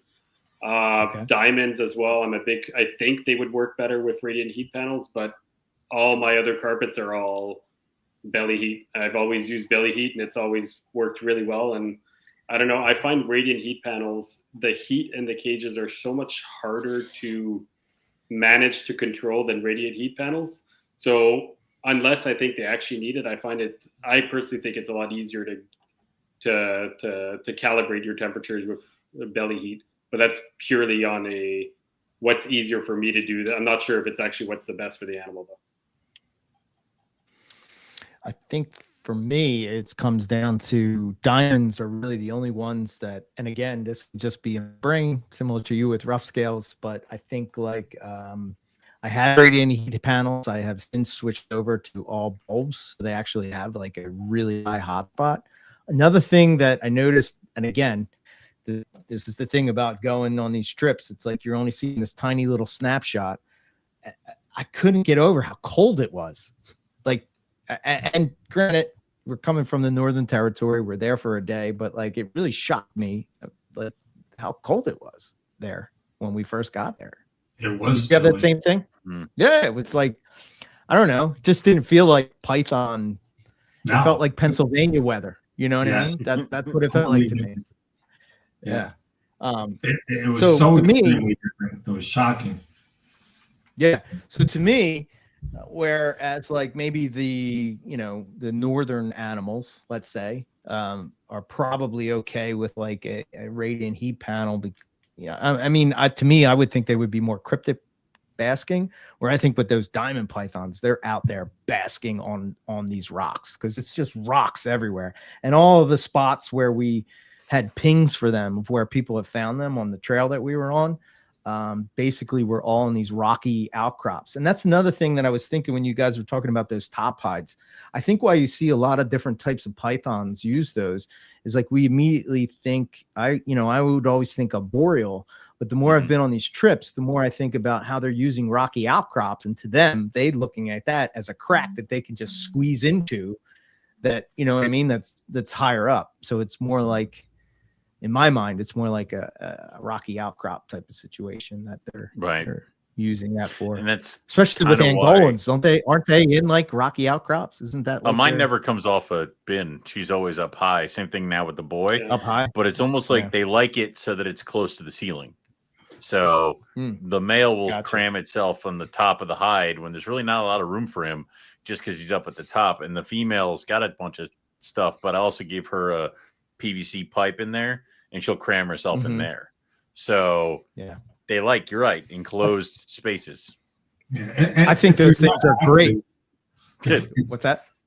If you're not going to be active during the day because of the temperatures, right, you want to be in a spot that is least likely to be a predator spot, right? So up off the ground makes sense for a lot of animals to go there during the day, to be, away from wherever foraging prey is going to be, monitors or whatever else on the ground, try to get up high. And not to mention it could flood, right? Yeah. Right. Drowning bad. Yeah. I mean, they could still get out, obviously, but like, I don't know, if you're trying to hunker down to digest a meal or something, I don't know. Yeah. If you're looking at like animals that are active during the night, though, in my opinion, when they're coming out at night, if they're a bigger snake or not too arboreal, they would be seeking those rocks, right? And the rocks would have absorbed the sunlight and such, and it would be a lot warmer for 3-4 hours. So often I think that the belly heat would actually be more natural because that's the behavior, right? They would leave, find a hot rock in the middle of the night, go sit on it for 2-3 hours or whatever it is, and then come back, where in the night, having a hot spot coming down or giving them heat from the top is not what would be in the wild, because there's no sun. There's nothing radiating heat from the top in the night. I don't know. Like I could see for a day species, but not for a night species. But diamond pythons switch their behavior based on the time of year. So in wintertime, they're more active during the day, and then when it, during the hot summer, let's say, they're more active at night. So that's why my thinking is similar to yours, is why that works for all those, say, northern species that are pretty much staying active at night, right? Because that's what makes sense to me. They would be sitting on that, like all the rocks. That's why they go to the pavement, right? I mean, in Australia, that's where you're finding snakes, is on the road. That's why wood cruising works. Yeah. Yeah. So yeah, I don't know. There's a lot of good thoughts in that thing. Okay. Are we good to transition to introductions? What's your experience with that? Like, go ahead, Owen. You open the door, you take the mail, you heave them in, you close the door, and that's very good. And then you salute him as he goes. Is it a solid heave? Do you have a catapult that you're using to get him in there? Bounce him off the ground. Like, do you have a shovel? What are you doing? A gentle heave. Yes, I do move my snakes via snow shovel, as everyone should. But introductions. The issue is that you can get some animals that are way overzealous about feeding and stuff like that. So you really want to take the time to make sure that they are not on food. And you don't want to don't do intros when you're like, I'm going to thaw out mice for the babies that might be still eating. Do that at different time. In some species, you may have to even pull the female out of the cage and put both male and female into the cage at the same time. Obviously, don't just put him in there and then be like, well, I'm done for the day, and leave. Stick around for a little bit, because that's when you're going to see certain things. I know in certain species, if it's going to go bad, it's going to go bad quick. There's going to be difficult interactions. Also, if you put them in there and you see what can only be assumed as combat, that's when you're going to see it. You don't want to stick them in there assuming you have a pair and find out when you come back later that they've combated and are unhappy. So definitely stick around, definitely see what's going on. Other species, I will not intro my white lips until I have fed them. So I'll feed them, then I'll put them together. So it's kind of like they eat, they get a day, and then they're put together so that nobody is switched on, nobody's hungry, nobody's looking at it. The carpets and other things like that, intros usually go just slide them right in there, and you may see instantaneous reaction from the male. He'll follow her, he'll try to spur her, she'll buck him off, and then he'll go and explore the rest of the cage. Or you might see a lock immediately, but it is something in the back of your head just to make sure that everybody's doing okay and nobody's wrapping each other. It's a lot more dangerous with king snakes, things like that, where apparently I've been warned now by 2 previous owners of the speckled king snakes that I have, is that if it goes wrong, it'll go wrong quickly, but if it goes right, it will also go right quickly. So there's that whole stuff. But that's pretty much intros. If you really want to be, if you're kind of afraid about it, throw the male shed in the female's cage. Give her a scent of him, then chuck him in there. A gentle heave. Okay. Gotcha. Yeah. Keith? Usually whip him about the head. If you hit the female with him, that's how eggs happen. Pinkies out? Yeah. Oh yeah. Are you doing pinkies out? Or? Of course. What do you think I am here? Some sort of Neanderthal? Oh my God. Yeah. Barbarian? Yeah. What? I'm insulted. So what about you, Keith? So a couple things. First, I've definitely seen pairs of animals that Owen brings up, the speckled king snakes. It's funny because that pair has gone from Rob to me to Owen. One pair, right? Now, when Rob had them, he could only introduce the female when the male's eyes were cloudy in the shed, or otherwise he would try eating her every time. I'm not terrified of this pair at all. I'm not scared of them ever. I was all nervous about that, right? And the male shed before I got them together. I'm like, oh shit, I put them together. He was such a gentleman. and for the following years, like I never had a problem. Now it'll be different for Oh yeah, it'll be different for me. It'll be blood. It'll just be murder. Yeah. Just a quick story, side story on that. I have really come to see how pair compatibility is so important too. It does not matter if you say, "Oh, I got a boy and a girl. I'm going to breed them this year." Yeah, well, you better hope that pair gets along, because I have seen it more so with boas, but with blood pythons and everything, where some pairs just do not get along. I've seen a male and a female act as if they're two males and totally go at it like they're two males, trying to kill each other. Take those animals apart, put them with other known males and females, and they lock up right away. Like, the same day you're doing this. And some pairs of animals just do not get along. I don't know if it's, the strongest, trying to carry on the genes in that female or male. Probably more so the female doesn't think that male is suitable for her, or what the story is. But there's definitely animals where they just are not compatible. And it may not always be aggression. You may have putting a pair together and you've done everything right. It's just that those two animals are not syncing and they don't breed, and you think, "Oh, I'm doing everything wrong. I should start changing things." Meanwhile, if you had another male or a different female and you put them together, they'd probably breed right away and you'd be successful. So don't always think that if the animals aren't showing interest, you've done something wrong. It could be that pair just is not compatible. It can also be weird stuff, because I had a proven male that I put in with what turned out to be another male, and there was no combat, no nothing. They just hung out for a month and a half, and I'm like, oh, okay.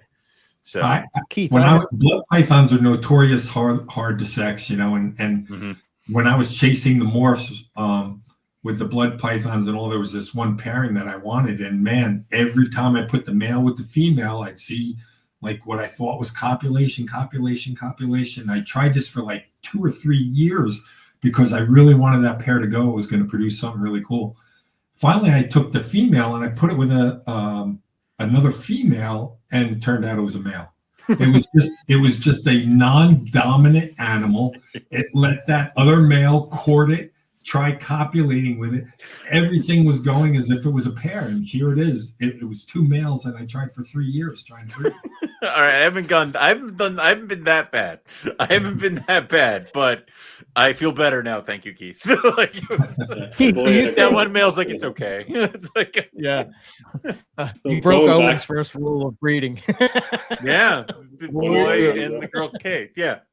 So going back on compatibility, I've had some of those pairs that I really wanted to stay together, and I knew, like, you would put them in and it looks like they're just bucking, throwing themselves around, but for sure it's a boy, for sure it's a girl. They're proven breeders. And if you have a really good male, one of those males that breeds anything, I've left them in there for 6-8 hours of them tossing around, and I've seen it after that, then they're locked up, and then after that they can stay weeks together and I have no issues. I have certain females that really didn't want a male, but that male was such a good breeder that just, he pushed on and eventually got through. Just like I've had males that are completely useless. I know it's a male no matter what. He will not touch a girl, doesn't matter what girl I put in. And eventually I'm just like, this male is the complete opposite, where I can't get him to do anything. So But with compatibility is definitely a thing. Certain ones just, there's nothing you can do. They just won't touch each other. Yeah, it's Do you good to think have that that's like a hormonal thing? Is that a pheromone thing? Do you think that like it's a diet thing? Like I mean, I don't know. I mean, I think it's kind of like a dominance thing where it's like, yeah, but how does the female know that the snake is dominant? Well, I mean, it's just also, it comes down to it is like with the whole bucking off and getting it done. It's either you have a male that is persistent and keeps it going, or you have a male that's bigger than the female and can kind of throw his own weight around too. So it kind of does that. I think we kind of got into our heads that female big, male not so big. And every once in a while, the female's like, get the hell out of here. And he can't really do anything. Well, And and that's where that goes. I think there is, to some degree, the female testing the male to make sure he's strong enough to be a good breeder. Just like lizards, basically so many lizard species basically just rape the female. If he cannot dominate, grab her by the neck, overpower her, she will not let him breed her. She's testing the male, making sure he's strong enough. And I think that's true with snakes. But I also think that there is, some animals that just aren't compatible for whatever reason. And it could be that that female is testing the male, like Dominic is saying. And as long as he's strong enough to prove his worth, then she'll eventually let him breed. But I've had animals that I've tried to let that go, and they start really like hurting each other, and I've had to separate them. And it does not take long for something to turn bad. That's how I lost my black-faced white lip. Yeah. They got into it, and he got the worst of it, but he somehow pulled through, and she did not. So I guess it was just kind of the perfect thing. Stress. But I'm still mad at him for that, But he's a black-faced white lip, so I have to forgive him. So, but I'm still mad at him about that. So. Okay. So what about you, Dominic? things, I know you sort of talked about introductions, but go ahead. So for introductions, obviously male, female. The second thing for me is always male and female cages. I've always done it that way. I've never ever put a female in a male's cage. I just always felt like it was the easiest way. I don't know if it needs to be done that way, but that's what I've always done. The next thing is I do a lot of trios, or even sometimes like a 1.3 in the same cage. I used to do it that I would put, female in cage A, female in cage B, and then move one male into one cage, then 2 to 3 days, then the other cage, and so on, and keep rotating. And I've had a lot of issues where I would miss the windows by doing that. And then I've slowly moved on to putting 2 females in the same cage and adding the male in that cage. And I've noticed that I have a lot more breeding success that way, because the male will only breed one girl for a week, and then all of a sudden he won't be interested in that one and switch to the other one and all that. I've noticed that having the multiple females in the same cage usually tends to be better, because I never miss it. He's breeding whoever needs to be bred. Mm-hmm. So that's something else. Trying to think of what else for introductions. Let's go with that for now. What about so Keith, I'm curious on your take on this. We'll go around, but like as far as using combat with carpets, that's like a kind of a go-to if you're not seeing a lot of action with that male, and sort of maybe kick them into motion or whatever. But say with, I don't know, any of the other species of pythons that you work with, have you seen combat? Is that something that you use? Is that something you use with boas? Is that something with? Yeah, not so much with boas, but Boeleni, the experience I had with the Boeleni, the closest year I think I got to producing them was when I used multiple males, but the subordinate male did suffer some damage. They were getting along fine for, 4 or 5 days, and I left them together. I monitored them with cameras and everything else. And then I started getting lax because, they were getting along so good. And then I came home from work one day, and one male looked like he had straight razors taken over his back, and it was splayed wide open. But that was the closest year, everything was going right. And the female looked like she was going to go the distance for me and everything. So I think multiple males for certain species, without a doubt, is a plus. Blood pythons, you could have, in my experience, you could have 3-4 males in a cage with one female, and they would just take turns breeding her, like there was no combat with the males or anything like that. They for me didn't they are lazy aggressive. They just like breeding. Burmese pythons, Tracy Barker had one male break another male's back, actually, from intertwining and constricting the subordinate male so much that he actually broke the spine in several places on an animal, on her, in the early days of breeding Burms. Extra males definitely are a good stimulus, I think. And I think I still think it's a big key for Bull and I to have multiple males breeding a female during a season. So a lot of guys now I know are rotating males. They'll put a male with a female for a week. Once he starts slowing down on either trying to breed or actually gets the breeder, they take that male out and instantly put another male in and let him do his thing. And they'll use 4 or 5 males on one female. I don't know the results if anybody has tested that clutch to see if 1 or 2 males fathered or if all 4 or 5 males fathered the clutch, but it'd be interesting to see how that worked out, for sure.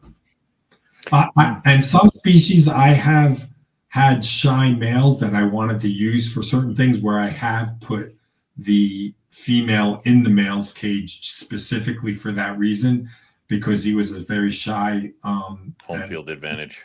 Yeah. And I wanted him to have that, sense of security in that cage, and that worked better for individual animals of specifically blood pythons. It worked really well for me to sometimes do it that way. Otherwise, typically, it makes sense to put the male into the female's cage.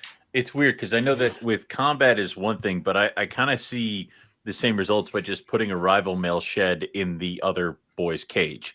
Like, you don't necessarily have to do the combat to get the rise. So a lot of times if one of my male sheds, I'll rip it into like pieces, like chunks, and throw it in every other cage that he is not in.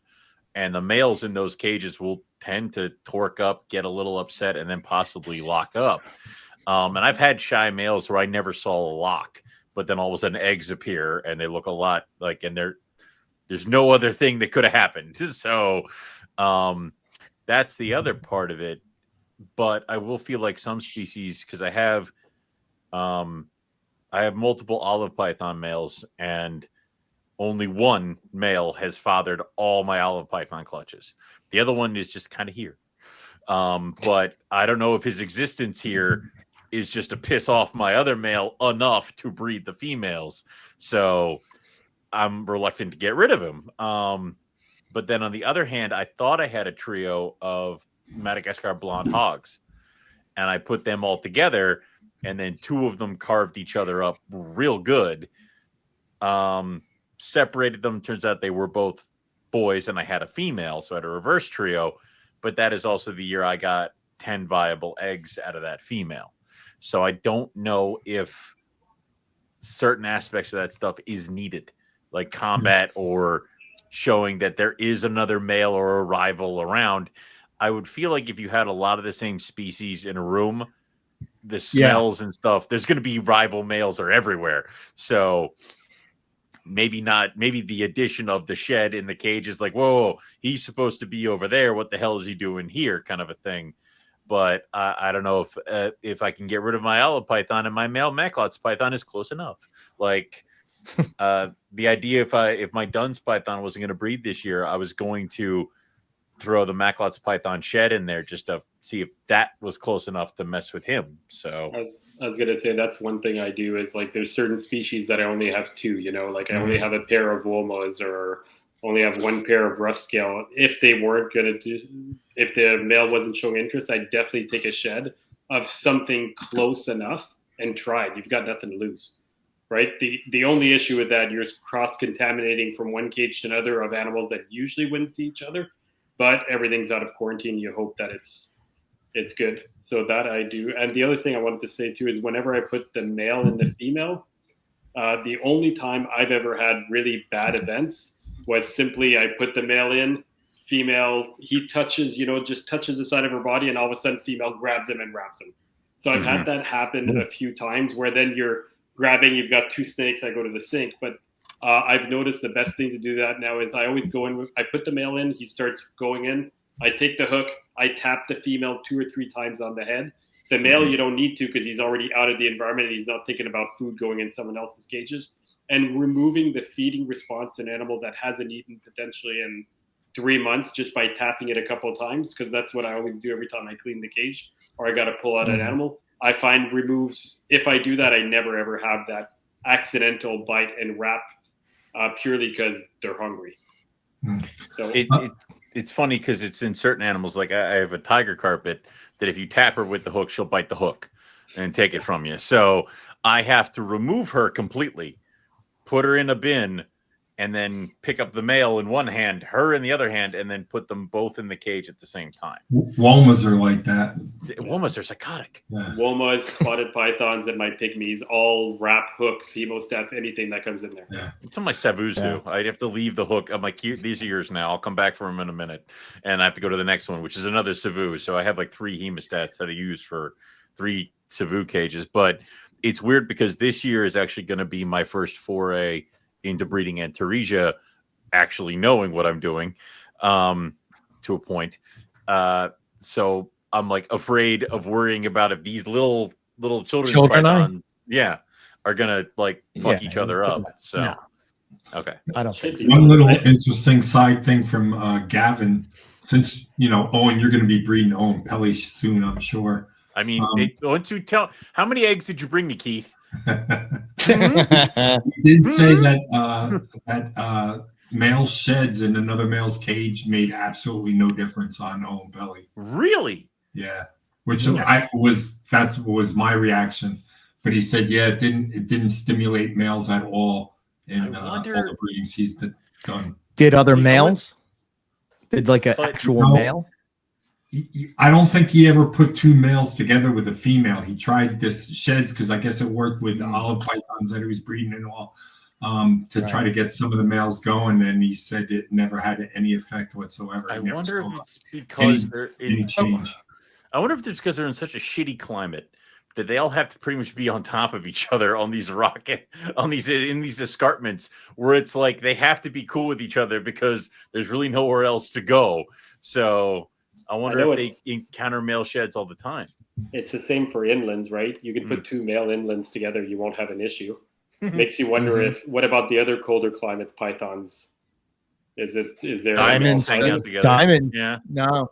Yeah. Diamonds are usually in a mating ball. If it might be on like a lot of the a lot of the wild pictures that I've seen of diamonds are all like 3 or 4 or 5 of them mating. I'd offer to chuck my breadline together, but I outsourced them. So we can't do that. Eric's gonna have to So we're talking about real quick though. I want to ask this question to you guys. Do you think that since we're talking about the introductions, and one of the things that you run into is where you're going to have issues where the one may go after the other one? So my question is, do you think that there's a trigger that turns that off? Because I remember talking to Rob about this with like maybe it was king snakes, where it's like when they're in the breeding mode, they're not in that same mode to where they're going to cannibalize each other. And I know, Owen, you're scared to death of blackheads. Maybe blackheads was what he was talking about. I can't remember, but meaning that I wouldn't say I'm scared to death of blackheads. The only Expedites I've ever worked with are womas, and womas are psychotic. So, but the rumors of I'm more terrified of ring pythons, because you imagine raising that thing up and having those kill each other. Yeah. So I'm like, what? There has to be something that stops them from attack. I mean, the animals want to reproduce, right? Correct. So that's why I said when you do introductions, you got to babysit some species, some animals, some things you got to babysit. So I get that, but what's you think the trigger is? Pheromones. What do you think that the female's ready? It's all up to her. I think the male would be like, and then get himself eaten because he's an idiot and wants to get in there, and she's not in that and she's not in that mode. So the problem is that if you introduce and she's twitching and moving around like she's hunting or like she's looking for prey, get him the hell out of there, and then maybe feed her and then try the introduction again. It's where I think people go wrong is they put them in there. She's showing signs that you would normally see in, like, say, a carpet of like bucking and twitching, and the head's kind of doing this. And they're like, good signs. I'm like, not in this species. Like, not with not with the ring. So Keith, don't short tails raise their tail when they don't want to be bothered? Like if the female they actually wag their tail like a cat about to pounce on something. They'll raise the tail and it actually undulates back and forth. And, they'll do that whole eye wiggle thing and all that kind of stuff too. And I've put animals together, and like if I see them doing that, I just separate them because I know that they're just, not in the mood to be around anything else. So at least they give you a warning sign. But like something like Woma or something, it's just like a warning sign. Yeah. Everything's good, then collapse. It's funny, the most predation of all the species I've had where the females, when it comes to pythons, is Boeleni. I've had to separate Boeleni more times than any other thing.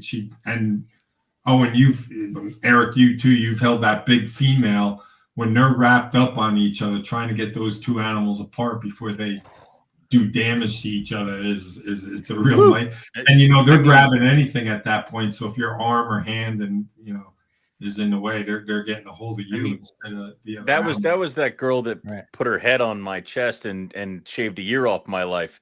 So that was trust me, I'm aware of her. She with the big bulldog head, I'm like, this brick just hit me. Like I was no.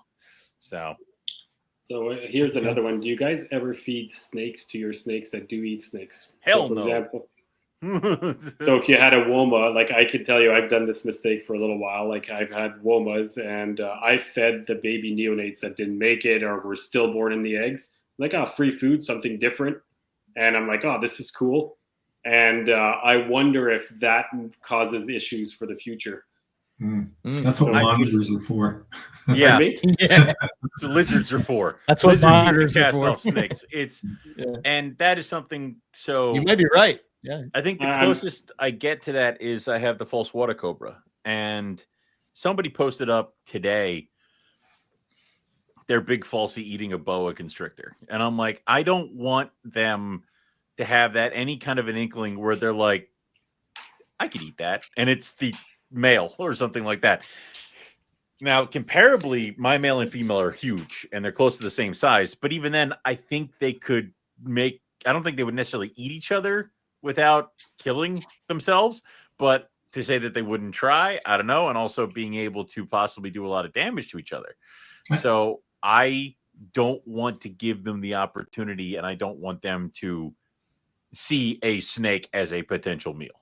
Yeah, I could see that definitely impact. I mean, look at how easy it is to get certain animals, all of a sudden you feed them, I don't know, you feed them a chick, and then all of a sudden all that animal wants is chicks, So why not? If you give a snake eater a snake for the first time, they're like, oh, damn, I've been missing out. This is definitely what I want, over rodents. So, I can see that triggering, especially if you did it, numerous times. Maybe just once wouldn't, but numerous times, that could definitely be a trigger to get them to be cannibalistic on its mate.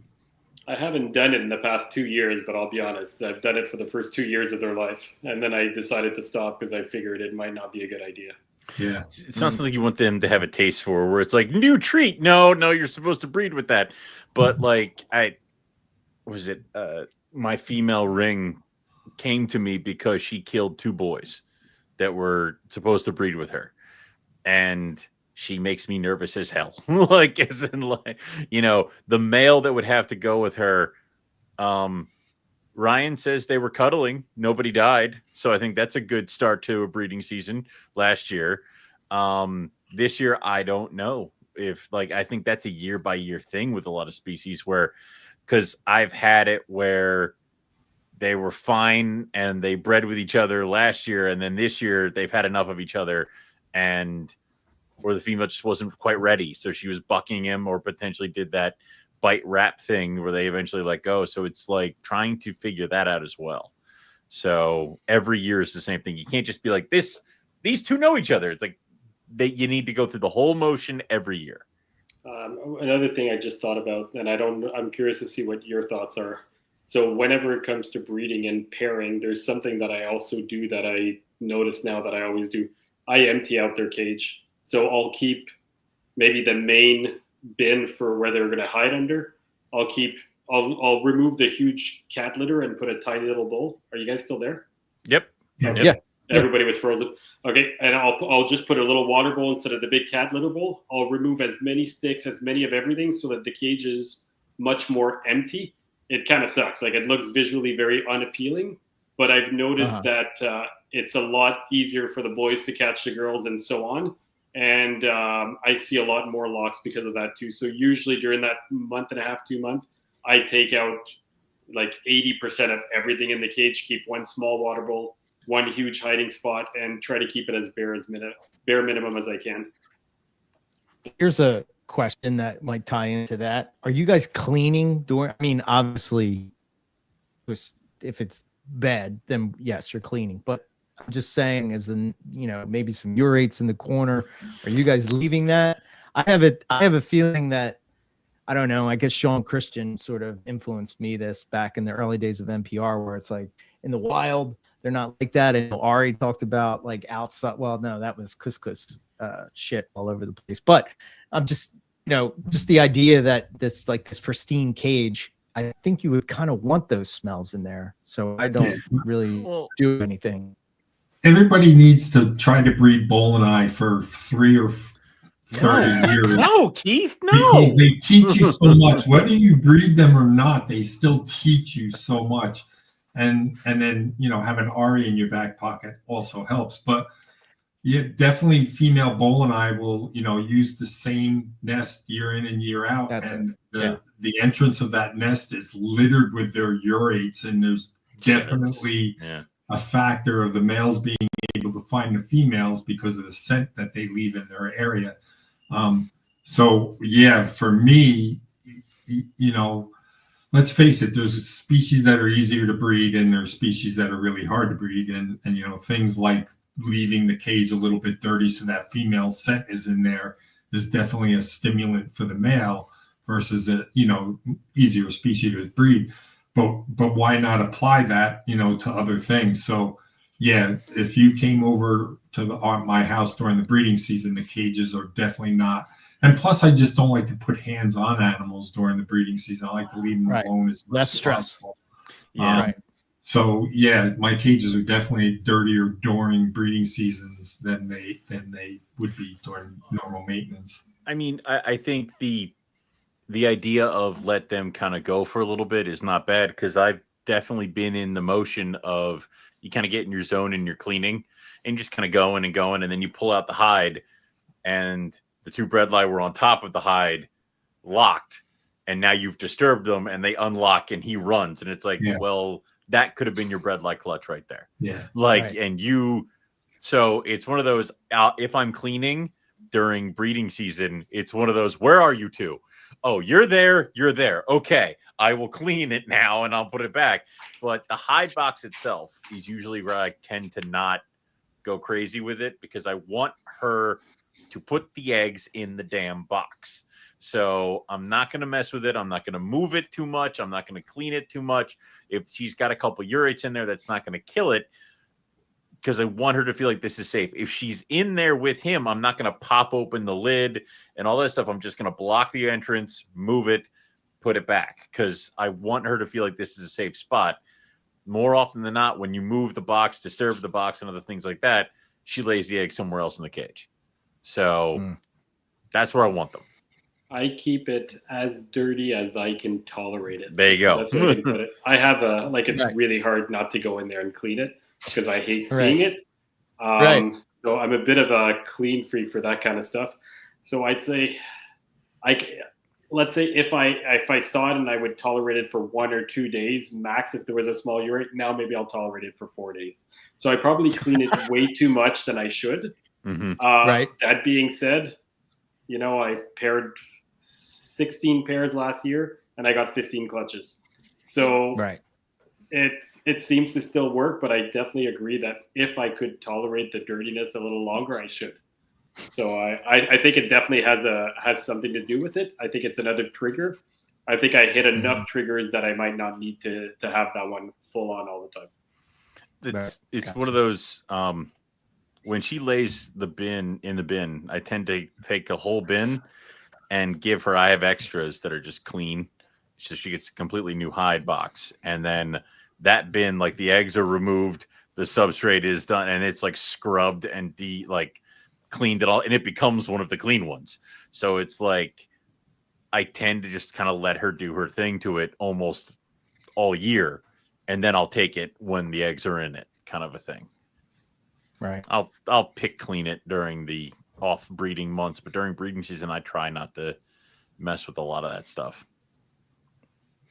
Yeah, I think the breeding season is stressful to begin with for the animals. So to try to minimize not that add to stress it. as much as possible. Yeah, exactly. You know, again, I don't know if it makes a difference or not, but I that's mean, sort of but my and of course we is, say that, and we're trying not to stress out the animals. But then you have a friend come over, and you're like, "Is this thing gravid?" And like you just drop a fully like yeah, that's 8-foot long bredli in your friend's like hands. Yeah, so to me, this is the thing that makes species hard to breed or not hard to breed, right? Of like how tolerant they are of those type of things. Like I think with carpets in particular, I don't think that you're gonna, again, I haven't bred diamonds or inlands yet, but my thinking is that they're not going to be as upset with that as say like maybe a bull and I might be getting stressed because of it, and maybe some of the harder to breed pythons, maybe Papuans, are like that, not carpets, like Papuan pythons.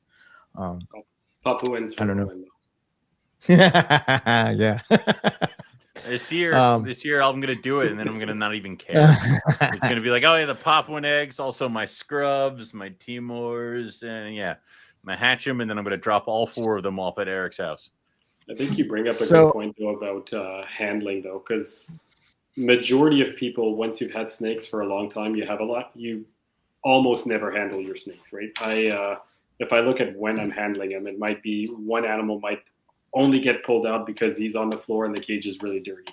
If not, I'll leave him up top in the branches, clean everything. And some animals might not get pulled out of a cage for 3 months, 4 months, right? So when you compare it to other people that might only have 2, 5, 6, 8 animals, and they're pulling it out just to play with it and handle it once a week because they want it to be tame or they think it's the right thing to do. And again, everybody's different opinion. I don't handle them all the time, very rarely, only if I need to.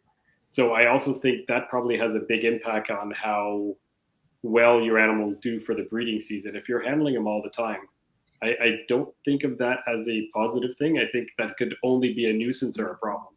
Yeah. So, and I imagine all you guys probably don't handle your animals that often. It's the thing of when people tell me other that people handle. Yeah, other people handle them way often, but other people handle my snakes more than me. More than I do. It's when people say that they have to work with the animal, like they have adult animals, and they're like, "I'm working with it until it like calms down." I'm like, I don't need that. That's not my purpose. It's not what I don't. You can be as mean to me as you want, just don't hurt each other. Like that's all I want. So handling is really just for, if it's absolutely necessary. If I got to clean the cage, if I've got to get you out of someplace, if I've got to get you away from someplace, if I've got to do this, and it's usually handling to get you into a bin so then I can do whatever I got to do, and then handling you from the bin back into your cage. It's not like I'm going to hold you this whole time while I do this stuff. And I feel like, again, when we're talking about like cutting back on the stress and cutting back on all that stuff is definitely the best way to go forward. Because if your female stressed as hell, she's not gonna lay. She's not even going to deal with it. If the male's stressed as hell, I'm not even sure he'd want to deal with it. And the other part of it is that we are also like hitting them on all sides with changes to their environment, changes to food. So this is the worst time for when something could go wrong as far as illness or something else like that. Adding to it would just be, it's weird because you do shows and you see people bring out like adult animals during breeding season to a show. And it's like, I can't imagine that being great for the breeding season to go home and then throw that thing back in a cage after it's been outside in public in December, kind of a stuff. So I'm just going to add, as far as handling, first, my disclaimer, this is my opinion. Okay. I've had many discussions with Gavin about that, and both of us call it the limp noodle syndrome. And so a friend of mine used to do educational shows, and he had Burmese pythons for that fact. And these animals were so used to being held by, 10 kids with him controlling the head and him bringing it out for the shows. and he had multiple berms that he would use for these shows. So it wasn't the same animal, but they got handled so much that when I held his berms compared to my berms at home, they felt like a limp noodle. Like I felt like they had given up on life. You know what I mean? Like just all that stress of handling them, and his berms would. And once we realized this, obviously things changed. But his berms maxed out at 8 to 10 years of life. You know, where a berm should be living 30 years. You know, or more. And Gavin and I both, you know, really feel strongly that, you know, long term, these animals that they get killed by that stress, that daily stress. You know, these people that are holding them daily and daily, and you know, they think they're enjoying it. They take them on car rides. They take them to watch TV, and you know, I'm sure there's people out there that are going to hate me for saying that, but really, I don't think these animals are really designed for that, and that stress over time. You might get 10 years out of that animal, but I think most animals, it's shortening their lifespan. Yeah. Just that constant stress of being handled. Yeah, I agree. I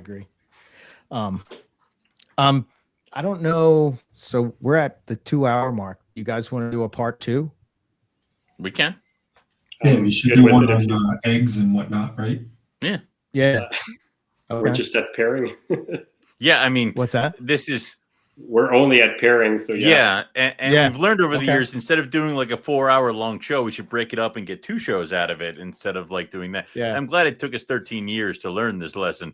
So, the last 2 years we did part 1 and 2. Are you guys